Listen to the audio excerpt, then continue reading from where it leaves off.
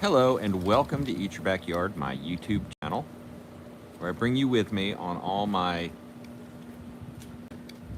backyard adventures, really, and other adventures. If you're new to the channel, please subscribe. Please hit that subscribe button right now. Also, go check out my original new music channel called Jedi Jingle Maker. We're actually going to be jumping over to that when we get close to noon in order to be part of the live stream release of my recent cover song on that channel called I Would Die For You by the artist formerly known as Prince. Okay, let's see what's happening this Sunday morning in the meantime.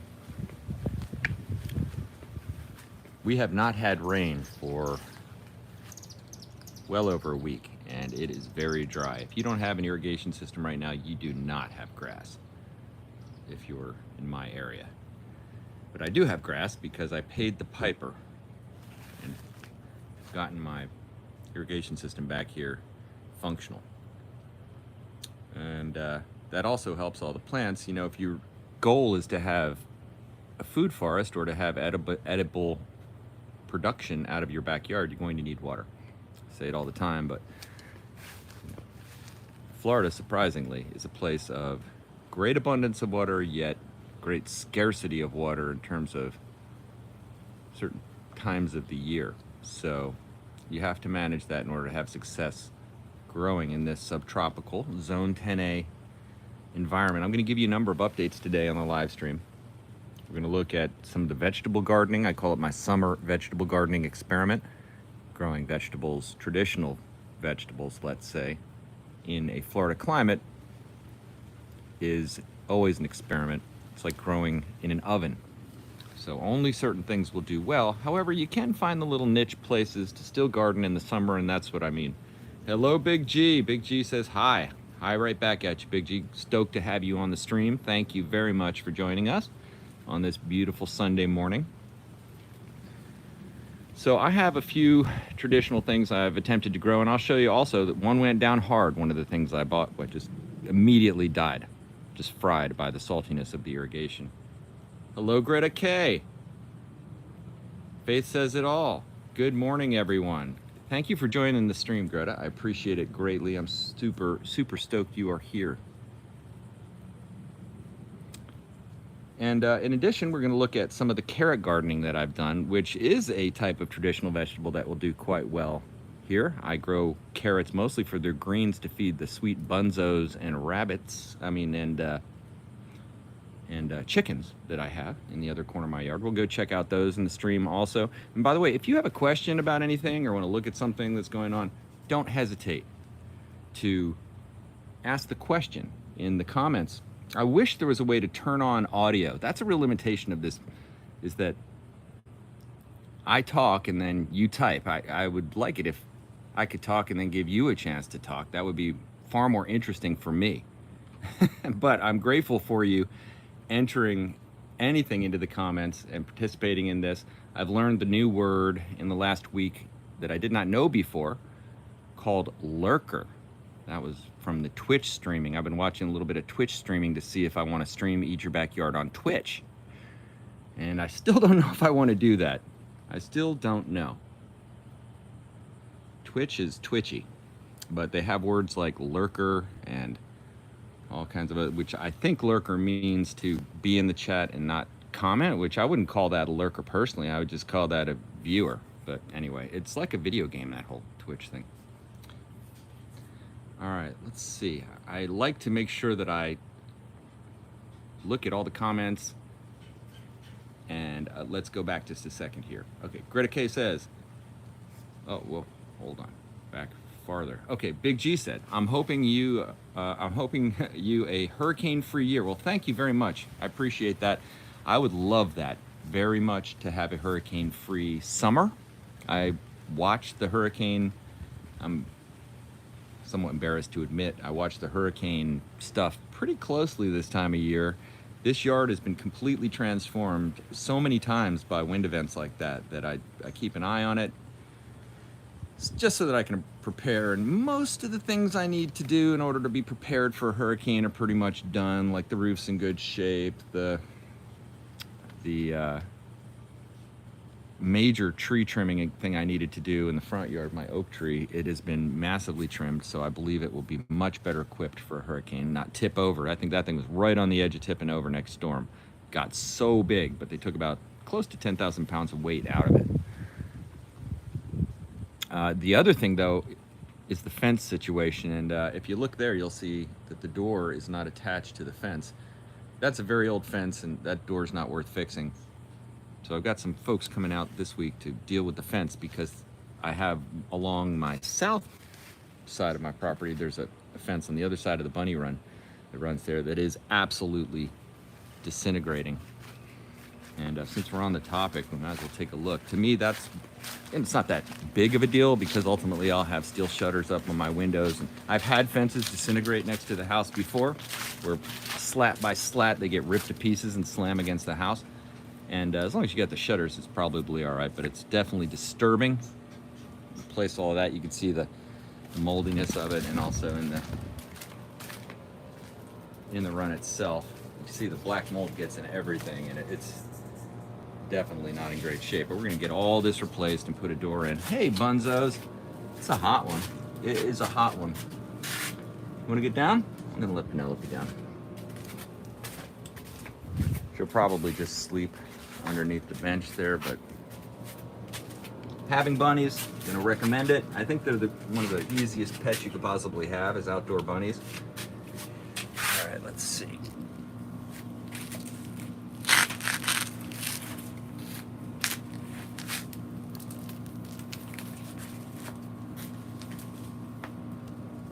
Who let the bunnies out? Yeah, I did.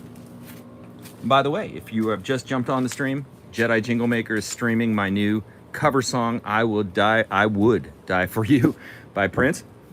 My cover of that song shortly. There you go. Yeah, and the reason you have bunnies, well, first of all, it's fun, but second of all, look at that. Look at that. In my way of looking at the world, that is gold. Shake, shake, shake.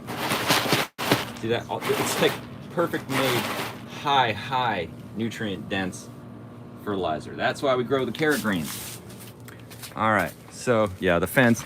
Outside of that, I think I'm pretty well prepared. You might think, well, what about in a hurricane, all this wood? But that was wood that I harvested from I had the person that trimmed my tree, leave for me, reduce the cost of trimming the tree, by the way, which is a good little hack to know. They don't have to move as much stuff away.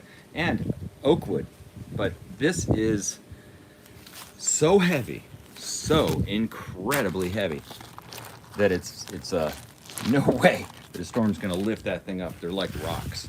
So if storms are lifting up rocks, 100-pound rocks, in which case, we're in trouble. Let's look at this little growing situation along here. And this is what I was talking about with growing in the summer in Florida, but main thing is keep them watered.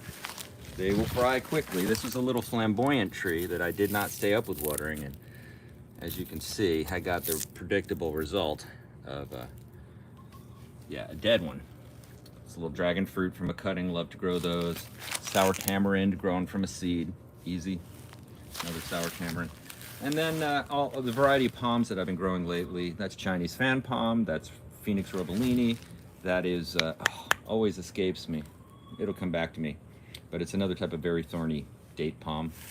Only one is enough. All the rest died from not being watered enough. Areca, and then I have some edibles. This is something I always like to do during these live streams, which is just illustrate a simple point here, which is that it doesn't have to be that complicated, I've learned. What I'm doing is just picking these very bitter, like dandelion leaves, that I now grow and promote growing everywhere I can put the seeds. I used to think of them as a pest, but hey, James Tropicals, great to see you on the stream. We got a moderator on. Thank you. Good morning to you. Hope your morning is going well. Here we go.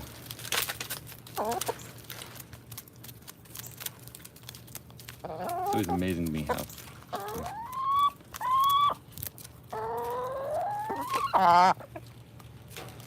Here it is.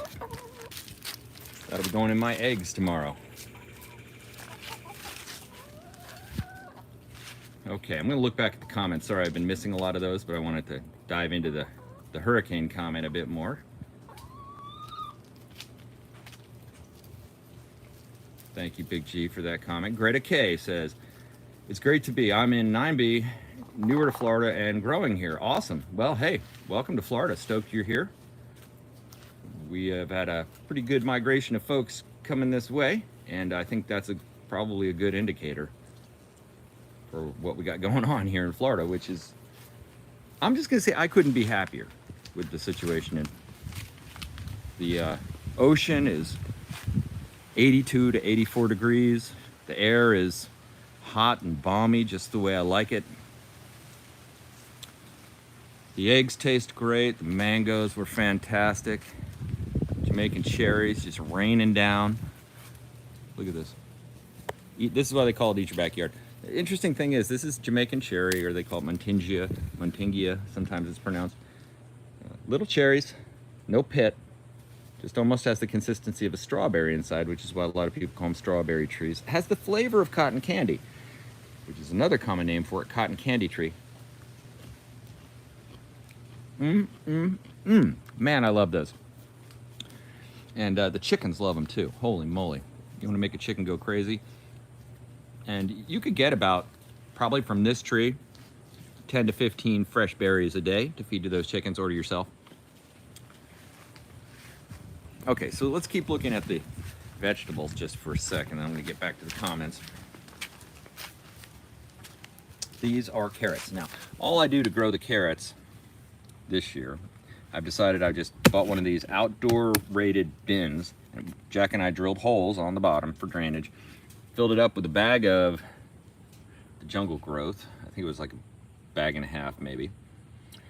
I got at Lowe's, and then I bought a pack of mixed carrot seeds at the same spot, and I just sprinkle them all throughout. Great way to do it. Carrot microgreens is a thing that people do. They eat the greens and plant the carrots very densely. That's where I got the idea, but I do it microgreens, and I let them get as macro green as they can, all bunched in together like this, and you'll get a ton of carrots even when they're packed in here. Believe me, if you put in the bunny manure, like I'm gonna put in the bunny manure, look at that nice bucket of bunny manure not far away. These carrots are just going to jump up and produce so much greens, and it doesn't seem like they're that pest impacted. So this is just a great source of fun for everybody. And we're gonna go take a look at everybody in the family to feed those animals. We love to have lots of fresh stuff that they love to eat to feed them. Okay, let's look back here.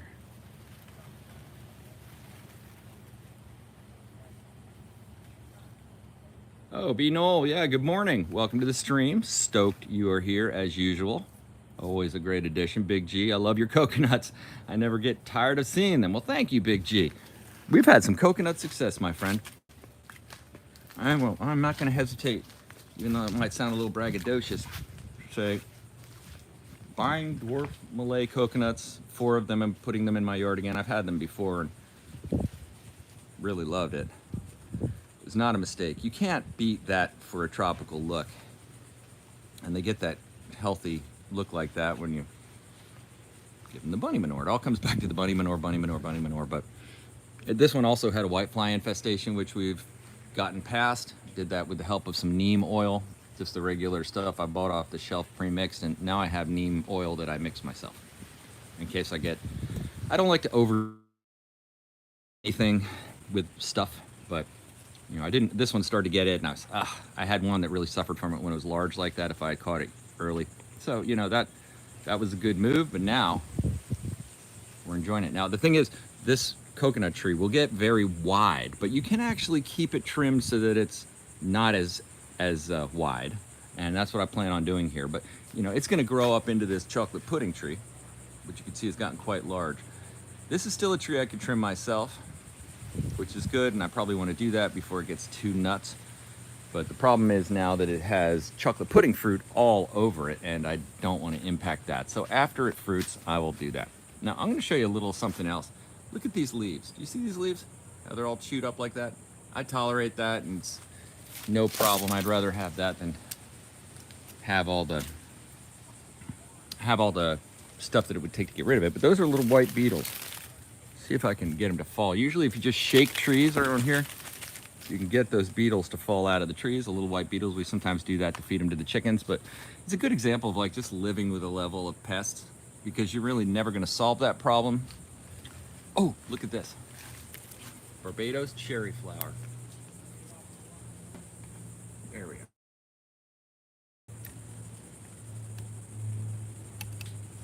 Isn't that a fantastic flower? We've got a couple of Barbados cherries. Probably can't see them, but there are Barbados cherries up very high in this bush, which is not a good way to have it. This bush has become quite large, tree-formed cherry tree. Really, the next thing is to reduce the height of it significantly, probably bring it back down to about here so that we have the chance of getting to the cherries. This whole lane here has been something I've been talking about. Hello, Gerald Franz, great to see you. You're guilty of lurking. That's funny. But yeah, I'm gonna open this up. Not too much on the Tommy Atkins side because I want those mangoes to be good next year. But I'm gonna definitely cut it back to about here. That'll open up this whole area for more sunlight, which is what is plaguing this area. Is not enough sunlight and also not enough water. We got the water fixed, but not the sunlight. Now this area, well, this whole fence is going to be gone here, this area. I'm gonna push the door out that way to where it's not located now. But this was a grow table that I had built for, you know, for keeping plants and stuff, and I don't think I really need it anymore so much as it's in the way, because I think I'm gonna put in some Grand Nan Musa bananas right here. This is another type of Musa. It's a mystery Musa. I'm not sure what type it is, but you can tell it's healthy. How? Well, that gigantic banana flower coming out of it. And it's like that because I've dumped so much organic material on it. And I love having bananas. And what I want to do is return to the place where I have non-stop bananas. That's the thing you can do in life. All kinds of things you can do in life. One is reach the point in the game where you have non-stop bananas. And you know, to me, that was a great moment to achieve. But then I replaced that area with a chicken coop. So now I've been moving it, which has also been a lot of fun. But this is where I moved most of those bananas. And I'm going to continue it right here because look at what we have here. We have a big real estate of sun. And I'm looking at the sun tracks, and this is south. Sun tracks this way, so I want to be careful not to overshade this stuff, but I recently got rid of a mulberry tree, which was right here, and a lemon tree, which died. So I put in, of course, a Fairchild mango and a Barbados cherry and some mulberries and a banana. But I want to put in the Grand Nan, which will absolutely dominate this area. I'll still have those mulberry trees in there for chop and drop and etc. But I'm going to have the good-sized banana grove right there. No power lines, no worries. And that's the other thing. These bananas are really tall. I mean, holy mackerel, look at how big that thing is. It's got to be 20 feet tall, 25 feet tall. It's a gigantic banana tree. So if you plant those underneath those lines there, they're going to be up in it, and that's not where you want to be picking bananas. So word to the wise, plant your bananas where you can pick them. Achieve endless bananas. All right, looking back on some of the comments, I was stoked. A lot of cool comments today.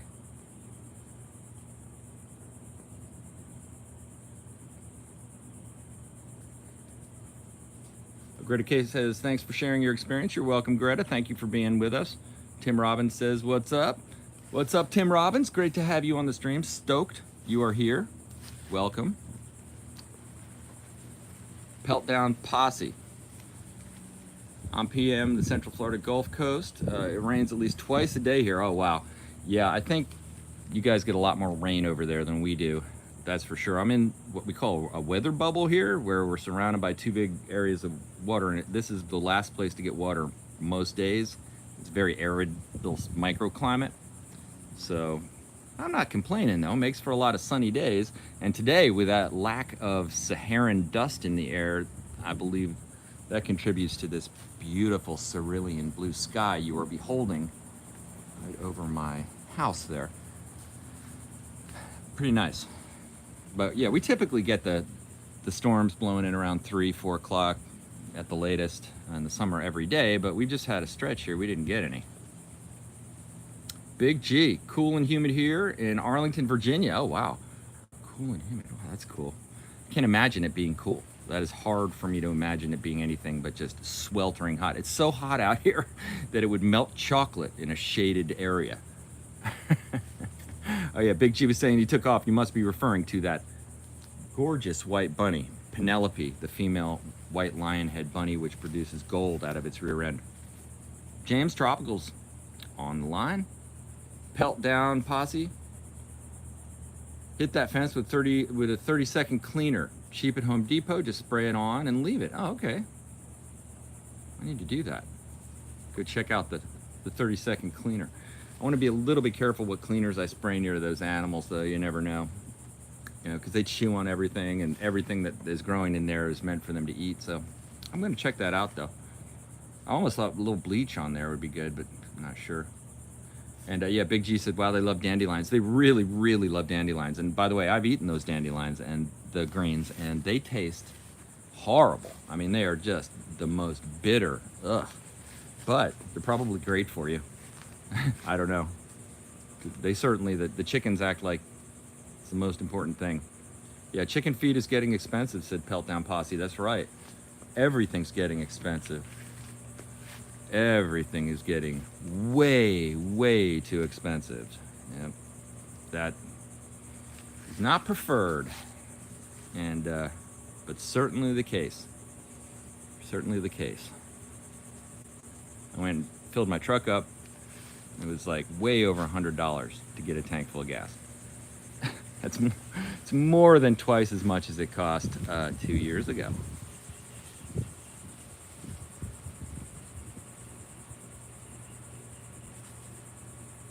Yeah, James Tropicals and Big G saying, beautiful coconut, awesome coconuts. Thanks for showing us. Yes, and there are several varieties of dwarf coconut trees that you might achieve. This one is a green Malay dwarf coconut.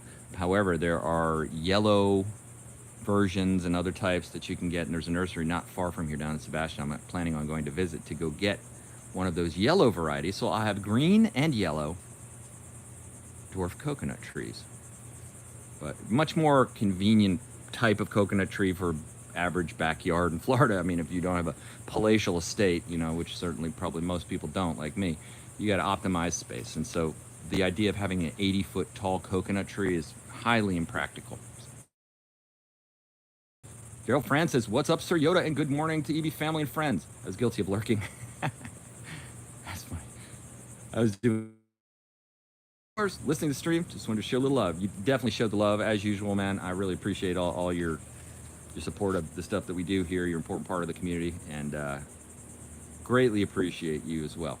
Greta K, can't wait for the Barbados Cherry to get bigger. It's about 2.5 feet with one cherry. One cherry is the beginning of cherry rain. That's what I say. One cherry is just the beginning. This one is pretty old. I'd say probably 15 years old, maybe 10 years old, something like that. I don't know, lose track of time. This one is about 2 months old in the ground. I bought it just as a potted plant. It sprang right up. I even trimmed it back already. But yeah, the Barbados Cherry is just a must-have for me. They're really tasty too, but you know, once you get them into tree size, who's really gonna go 10 feet up to get a cherry? You know, you might do it the first few times, but at some point you're just probably skipping the cherry or letting it ground, which is fine too, by the way. That's another thing about these heavy fruiting cherry type small fruit trees is that, yeah, they drop a lot of fruit on the ground, and if you can deal with the little fruit flies and stuff that happen, which is not that much, they then feed everything that's in the ground, which also needs to eat, like worms, you know? So worms will, there's no cherry, there's no food that goes unwasted here. There's nothing that goes unconsumed. Everything that hits that ground gets consumed and becomes part of a system. So I would say don't sweat it if they're hitting the ground, but yeah, once the cherries start coming, the cherry rain is soon to happen. This is a Suriname cherry, a slightly different type of cherry. Okay, I'm being told that about my other live stream is about to start, which is over on Jedi Jingle Maker. But yeah, you can see here, this is cherry grass. Those are Suriname cherries that have all sprouted just by throwing cherry pits up there. Yeah, so this was a somewhat short live stream, and I want to try to get to some of these comments. Well, you know what I'm going to do? I'm going to skip the being in that other live stream, the Jedi Jingle Maker, but I would encourage, which is just a premiere release. It's like a 4-minute song, 3-minute song, 3.5-minute song. But after this, I would encourage you to go over there and check that out. I Would Die For You, very deeply meaningful song for me. I definitely wrote it or created that song as a dedication to my beautiful family, which I love very much. And I'll tell you, it was really kind of an emotional experience putting it together, because I looked back on so much video I hadn't looked at in years of my kids when they were little, and it was like, oh, so beautiful. Anyway, Jedi Jingle Maker. Okay, let's keep looking back. Comments. Hey, a camel who likes Coke. Great to see you, man. Camel who likes Coke says, hi, long time no see. Absolutely. Good to see you. I hope everything's going well for you, man. I'm stoked to see you on here. Gerald Franz finally pulled the trigger and quartered up my pineapple tops. They were covering nicely in a bowl of water. I'll get them potted this week and keep you informed on the journey. Oh, thank you for that. Yeah, that was fascinating to me. I actually, just out of laziness, planted my most recent pineapple, which I dehydrated into this vertical planter. And I haven't checked on it much, and it hasn't gotten rained on, so I've really not done the right thing. But there it is. Jammed in there.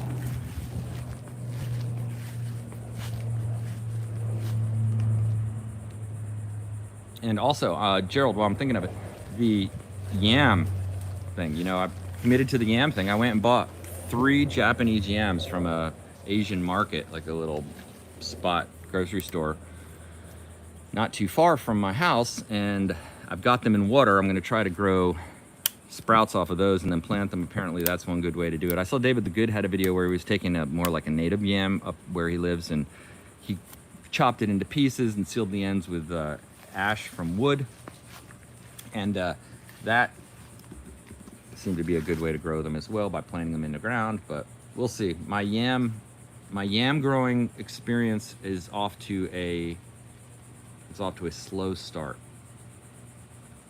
So you have to keep me up to date on how the quartering of the pineapple goes. I might have to quarter up some yams. We'll see. They've been in water for about a week and haven't done anything, so we'll see. A camel who likes Coke says, we've been getting to the hundreds and every day since last month. Yeah, absolutely. Sweltering hot. I kind of love it. But, you know, I just go to the end of my street and jump in the ocean, which, you know, doesn't give me anything to complain about. Pelt down posse.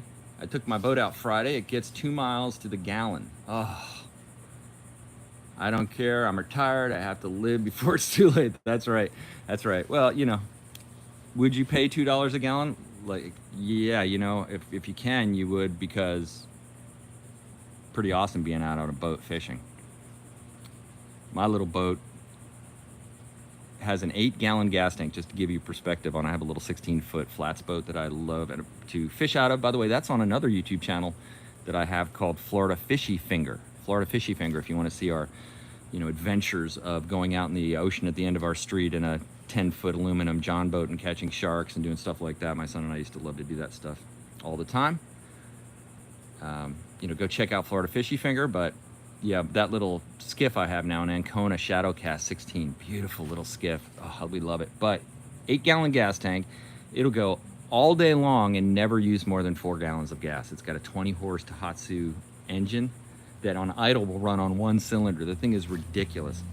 We take it out in the ocean and catch kingfish on it and everything, so we could get kind of borderline dumb with it. But hey, got a cobia on that thing. You know, when you're pulling the fat cobia into the boat, it doesn't feel as crazy. Lady Hammer, thank you for joining. I love that username. So hot here in Texas. Yeah, Texas, Florida. Definitely hot. Definitely hot in more than one way. That's for sure. I'm stoked to have you on the stream. It is like fire here as well. Pelt Down Posse, when does that fruit drop? When that fruit drops, let the chickens out. Yeah, that's for sure, Pelt Down Posse. Those chickens will snap up every bit of fruit there is. on the ground and anywhere else, including all the grass. They love the St. Augustine grass back here at a level that is, you know, not sustainable, because they'll just completely. Oh, here's a tiny cherry, a little mini. That one's red. But they'll eat every bit of grass, and since I want grass, I rarely let them out onto the grassy area. But what we'll do is we put them back in these Carolina River rocks that we've used for this bed, and they will eat out all of the weeds or little grass or anything else that's grown up there. They just clean it out. They're like our mowers. Let's see if the Zen chickie chant works. Chick, chick.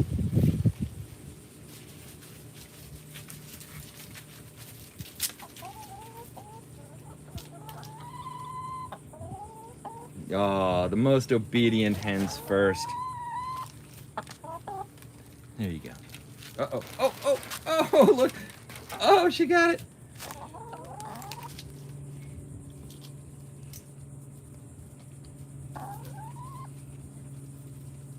Okay. Let's see. Peltown Posse also says, I play a lot of guitar and have a bunch of them. Oh, that's cool. I'll have to check out your song. I've been playing since I was 8 years old. Oh, that's amazing. That's so cool. Yeah, do you ever write your own music or do stuff like that? Because I'm all about the collabs. Yeah, check out the Jedi Jingle Maker. Let me know what you think of it. It's, I'll tell you, it's the YouTube channel I have that there is absolutely no purpose for it other than for me to have an artistic outlet. And I love making music videos, making music so much that it's just been amazing to be able to do that. And especially connecting with other musicians through it. That's unbelievably awesome. Big G says, I love your videos. Can you show the, I'm not going to try to say that first part, but Alfredi. Oh yeah, I'm going to try it. Becca Rio Phoenix Alfredi. Alfredi? I don't know. Yes, I can when you get a chance. I can, absolutely. I believe I have a neighbor that has one of those, and I've been wanting to make a video. Gerald, yam it, man. Yeah, I'm trying to, God yam it. I'm trying to yam it the yard, but it's just, you know, presenting some kind of barrier to me in the initial stages. Just like most of the stuff I planted, I have to work through figuring out the thing. I'm also looking to buy the yard-long bean seeds. Oh, the breeze is so nice. Without this shade, it would be almost intolerable out here. I'd just be soaked in sweat. But yeah, I have to go through that learning curve. With the yams, that's definitely it. I'm going to keep on probing until I get yam success. And that's going to happen.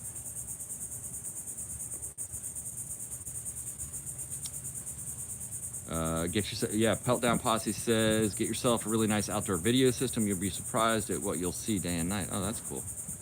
Yeah, I bet. The chickens will eat all of your grass. Yeah, every bit of it. Because it's delicious. And that's the way we look at it now, like a delicious crop. Wherever it's grown, we don't want it, we pick it, and the chickens consume it. Nice. Kevin Hool, thanks for joining. I hope I pronounced your last name correctly. I really appreciate you getting on the stream and leaving a comment. They look like Red Star chickens, or maybe Rhode Island Reds or New Hampshires. Yes, you are very, very close. I would say they're technically a type of Rhode Island Red hybrid. They're the Golden Sex Links, which is a hybrid between the standard Rhode Island Red and the dwarf Rhode Island White. Produces this chicken, which is considered by some to be a bantam, near bantam. It's just on the line. It's a rather small chicken, but they got attitudes to make up for their size. Yeah, chick, chick.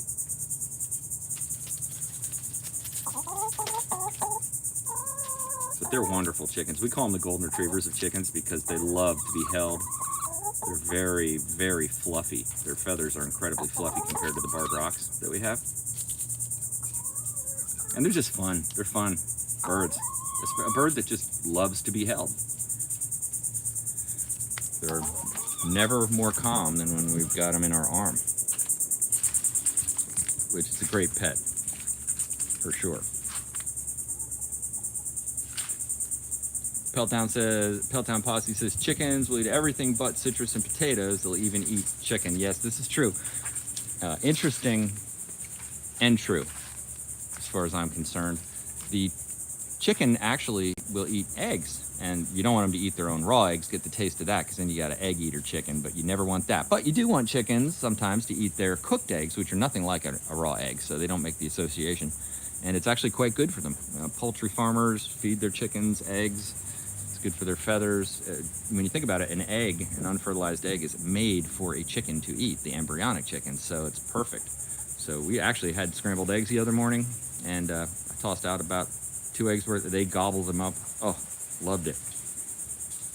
And yes, sometimes we'll even feed them some chicken nuggets. I know that's borderline weird. Oh, and I did pronounce your name right, Kevin. Okay, good. You're welcome.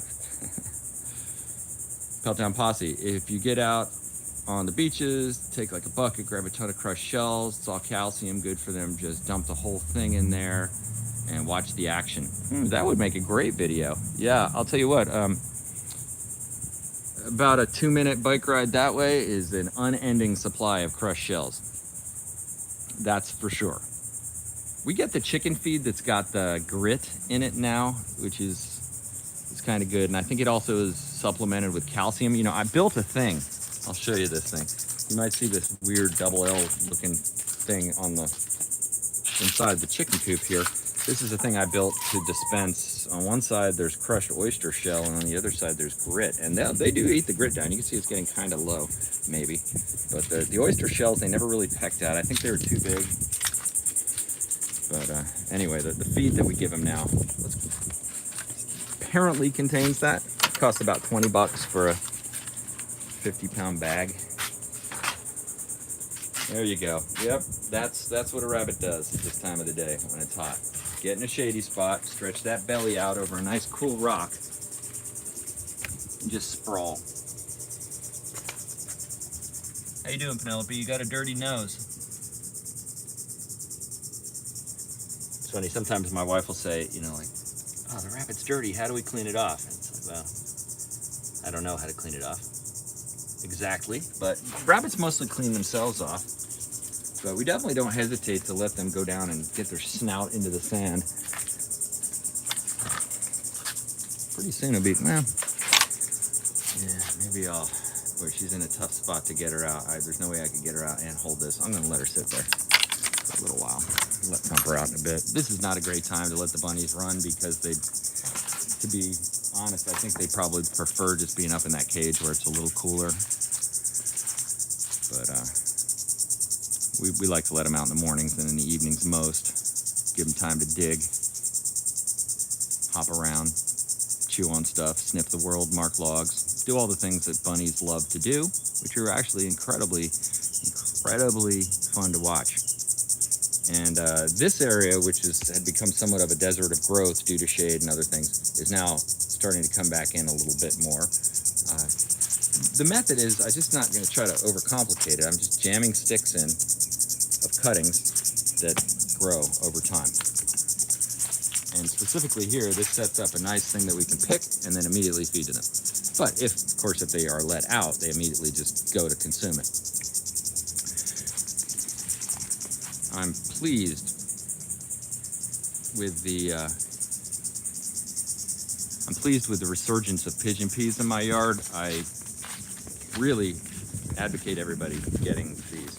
This is a pigeon pea seed I planted roughly a couple months ago and doing very well. I've got more growing in the front of the house. And the ones that I have growing in the chicken coop have been big producers, but in the chicken area, I don't know how much longer they'll last, but year-round peas basically, and I love the flavor of them. I've planted them everywhere I can think of. I'm just gonna plant so many of them that it's impossible for them not to survive in some way. You can see here's some seeds. This is another pigeon pea. It's off to a good start. Now it's competing with a tamarind and a mango down there, so we'll see what happens. That's the other thing, just getting past to having single things growing. And you can, in a lot of cases, have multiple trunks of plants growing right next to each other, and they do quite well as long as you're giving them enough nutrients. This is something interesting. I couldn't resist this at Lowe's. It said pet grass. Pet grass. What a gimmick, and it worked. but I haven't been watering it enough. But yeah, pet grass. I have some other pet grass I'm gonna make. It's called lemongrass that I've collected a bunch of seeds from the lemongrass I grew last year, and I'm gonna be growing those in pots soon. All right, let's go take a look at the Florida. Oh, look at this, 3 dandelions. Nice. Oh, one other thing before I go to the vegetables over here, which are questionable at best in terms of their success. One thing that is rarely questionable is sunflowers. A favorite of mine, and I think it would be a favorite of everyone who tries it, is the Mammoth Sunflower. You can get them anywhere. They grow to be huge. They'll grow right in the sand. There's one. There's one. I've planted them all over just before a small rainstorm that we had. Again, planting prior to rainstorms is really the way to go. And they'll start popping up. Before I know it, I'll start to notice them. But I don't even remember all the places I planted them. You can see here I'm starting to augment in with some leaves and so on to retain the water. But we're going to re-nourish this bed. I'm going to be making some videos to show the transition in some of these areas, which is really interesting. Making that Prince cover, looking back at all the old family videos and so on, it struck me how much this yard has changed over the years. It's just like a beautiful blank palette that I can repaint with plants and enjoy it in so many different ways. I can't imagine just having a static backyard if I could have something like this, because it's just changed and changed and changed. And that novelty, that just the beauty of change has been incredible. The beauty of change of, you know, my family growing up and becoming adults. It's crazy, and I love it. All right, let's see. I'll look back on some of the comments. Yeah, Peltdown Posse says, don't name your farm animals, especially if you have kids. I found out the hard way. Yeah, that's the truth. Charlie the goat, when I was a kid, we named it, and my grandfather gave me this goat. And then, like with some goats, you know, you get kind of tired of having a goat after a certain amount of years, and nobody's really that into the goat, and he pretty much just sits in the barn or whatever, and it's like more of a nuisance. And then he gave him to my relatives who ate him, and which is a fine thing to do with a goat. But yeah, I'll tell you, I took it a little hard, but it was a great lesson for me. But yeah, we don't plan on eating any of these pets, but if we were going to eat them, we would definitely not name them. Kevin also says, are those cicada I hear? Yes, those are cicada you hear. Don't get me started on cicada. I love the sound of cicada. I've gone for walks down towards Sebastian Inlet and some of the nature trails down there. I love to go down there just sometimes, go down there solo and just walk around, and there's typically nobody there, and you can walk around, and the cicada are so loud. Oh.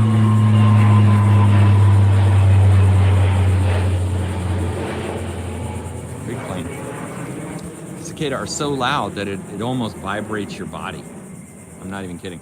But great place to meditate, relax, etc. Walking, meditation. But the sound of the cicadas, if you can tell, also the sound of the cicadas along with the feeling of being consumed by mosquitoes, to me is the thing in a very meditative experience, which is that, yeah, you are being consumed by the universe.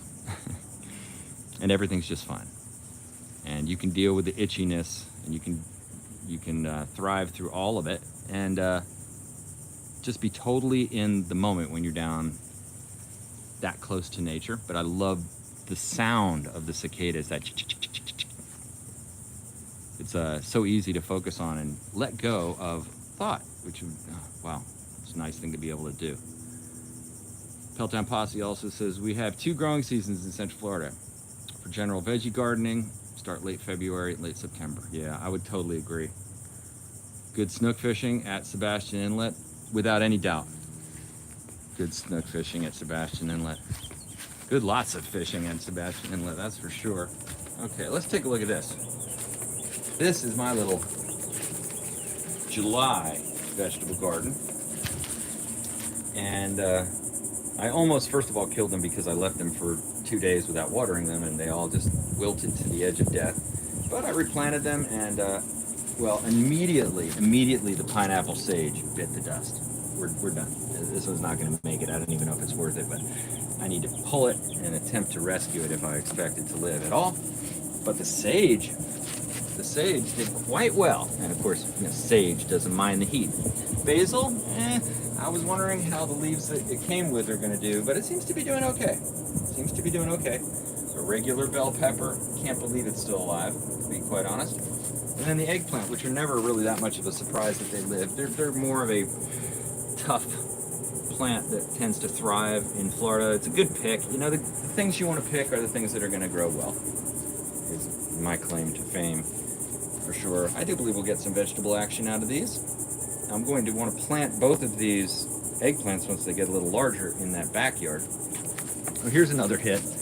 Do a lot of just growing wild stuff. Piece of wire. With this purslane. Try not to pick too much of it because I like it to grow. But yeah, the purslane, delicious, sweet, edible that grows wild everywhere. You can get the actual, kind of hybrid varieties of it in seed packets really easily as well. But the stuff that just grows naturally, I didn't plant this thing, it just grew naturally, is to me the best adapted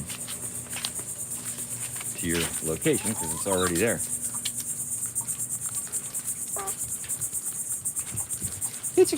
Look, the poor barred rocks are not gonna have, high on the IQ list. I've noticed something about the barred rocks though. Although they get pushed around by these golden sex lynx, when it comes to a predator in their area, like a possum, they were the first ones to step up and go full in on defending the flock from the possum. So, all kinds of ways to measure a thing. And I'm going to claim that's a good thing to have, which is protect the flock.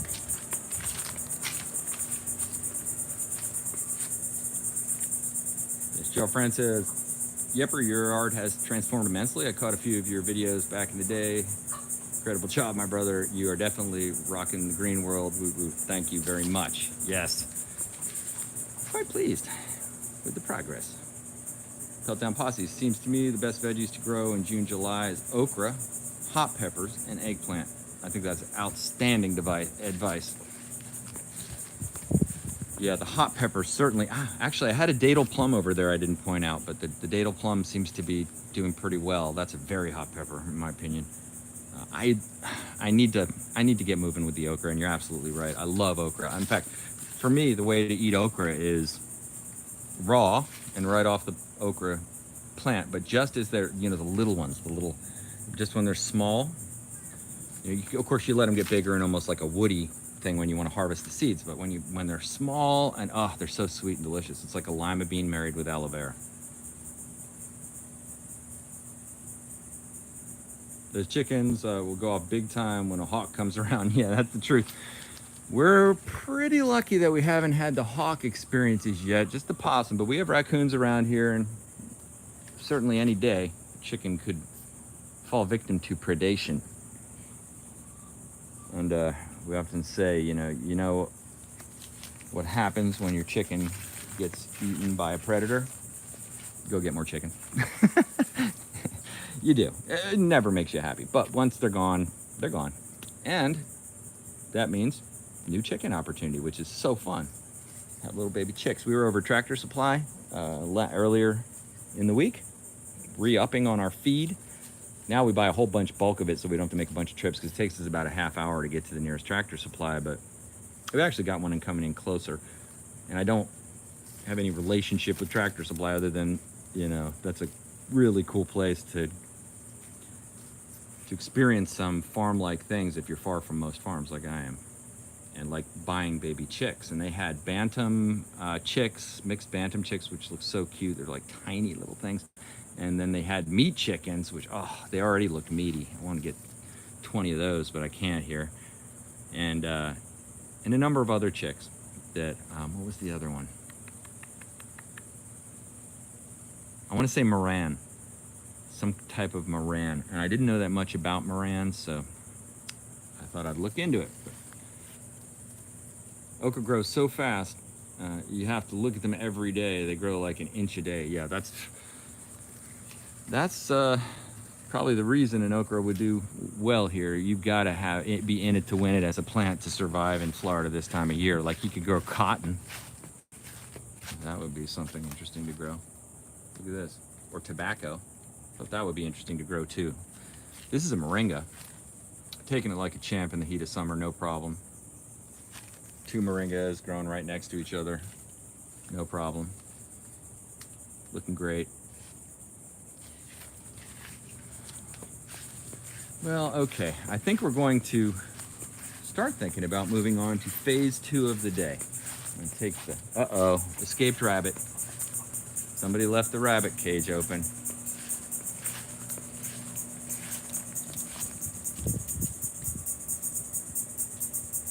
Well, that rabbit's not gonna go far.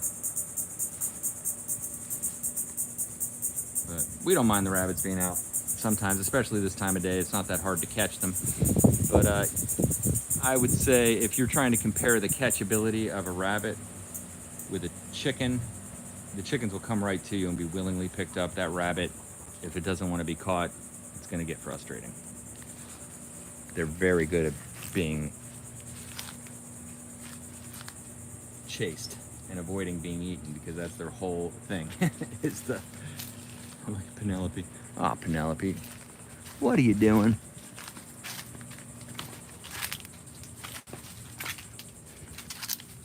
What are you doing down there?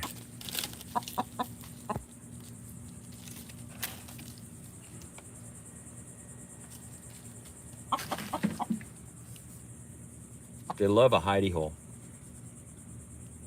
There you go.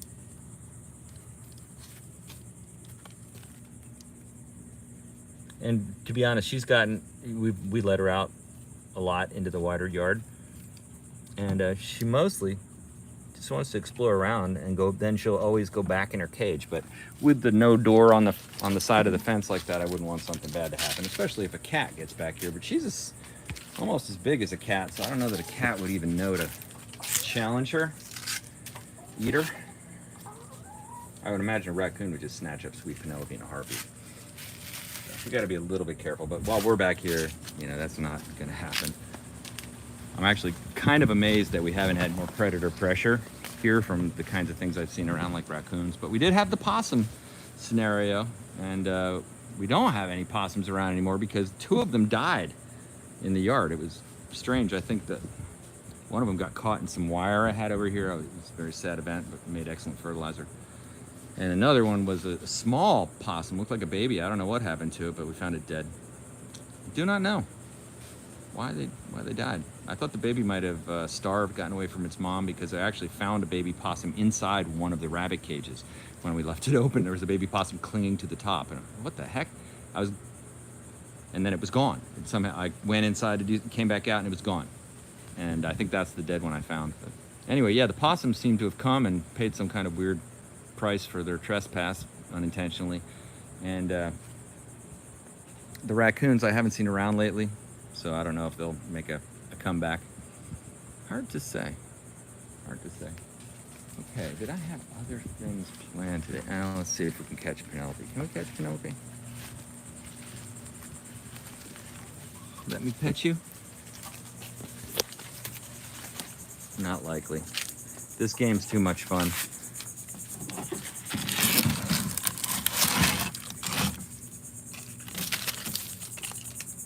Too wild.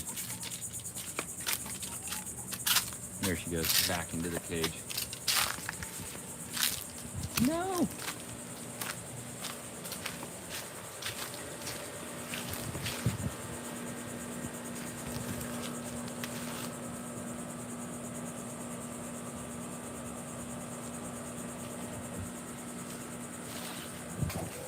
Well, we'll get her in a second. I'm not going to try to go back in there. I just got to make sure she doesn't go out the door.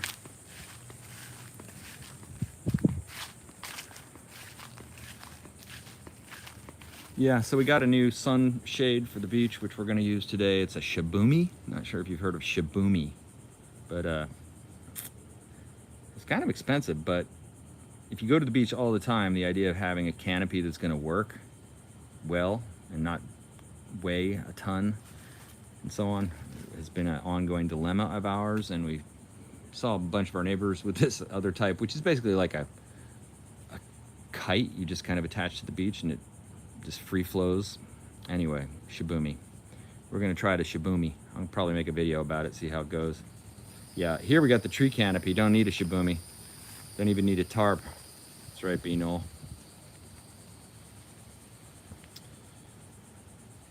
Yeah, it's probably, and you're probably right that it's the tree canopy that keeps the hawks from really much knowing that those bunnies are down there. It's very thick canopy above that whole area. There we go.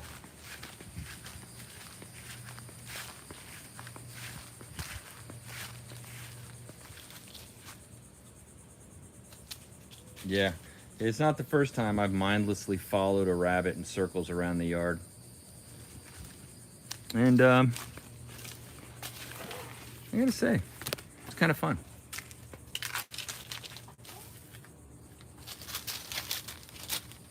What you doing? You know you want to. Oh boy, it's too fun. I want to see if I can get her to re-enter.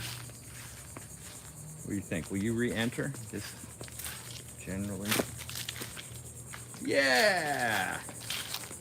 That's it. That's it. There you go. Problem solved. By the way, she needs to get back up in her cage, get some water too. Be sensitive to that. Give them. We have actually 3 waterers for the chickens, so they have constant water everywhere. Because if you ever forget to fill them up, you back up, which is nice. Chickens need a lot of water. They all these animals do just fine in the heat. Just got to have them hydrated. All right, well, hey, thanks for joining me on Eat Your Backyard this morning for our Sunday chat. We do this just about every Sunday. Would love to see you back in the future. Some great comments, some new folks on the stream, which I'm stoked about, and also really happy to see all the Eat Your Backyard mainstays on the chat, and I hope all of you are doing well. I wish you unending abundance, health, prosperity. I would encourage you to embrace honor, courage, civility, love in your steps. Move towards things which you love, and you'll probably be in a better place than if you hadn't. Have a great day. Thanks for